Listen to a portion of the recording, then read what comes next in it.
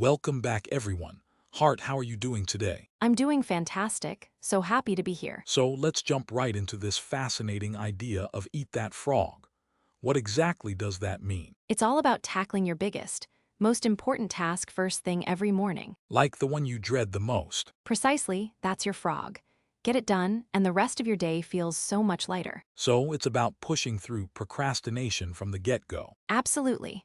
It's a powerful way to beat that feeling of dread and build momentum. And why a frog? Like a real frog. Well, it's a metaphor from Mark Twain, who famously said, "Eat a live frog first thing in the morning, and nothing worse will happen to you all day long." That's a wild quote. It is. The idea is to identify that ugliest frog, that high-impact task, and just go for it. Don't stare at the frog, just eat it. Exactly. No overthinking, just action.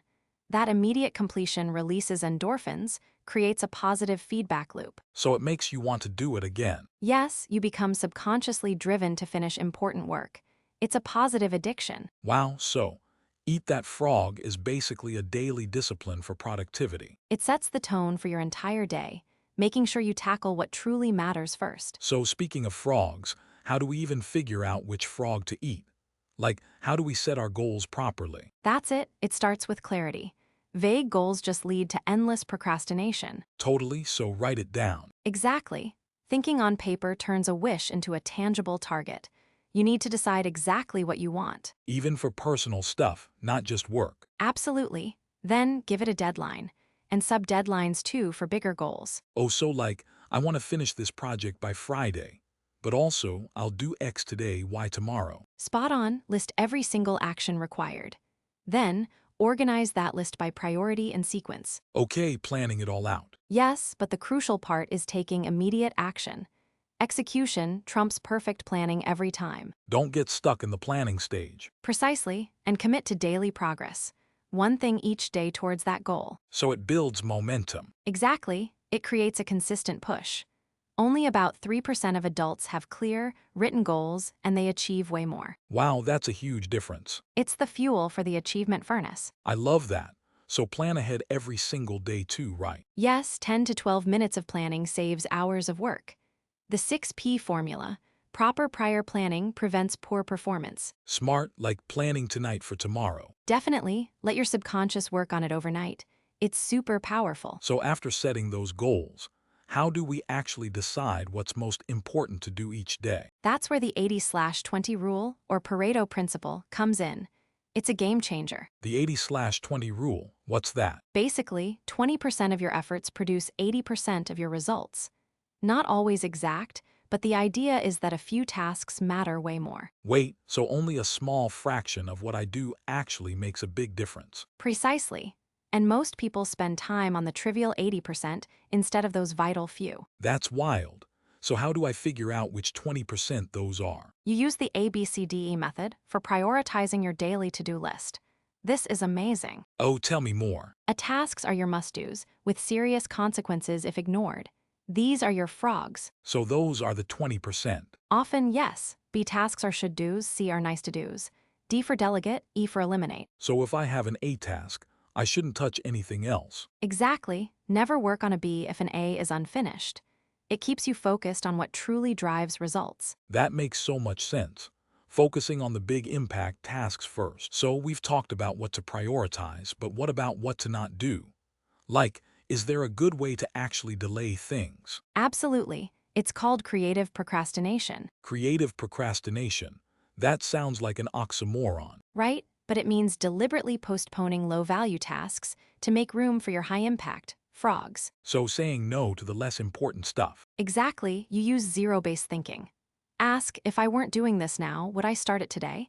If not, postpone it, delegate it, or just eliminate it. That makes sense. And what about roadblocks? How do we find what's holding us back? That's identifying key constraints.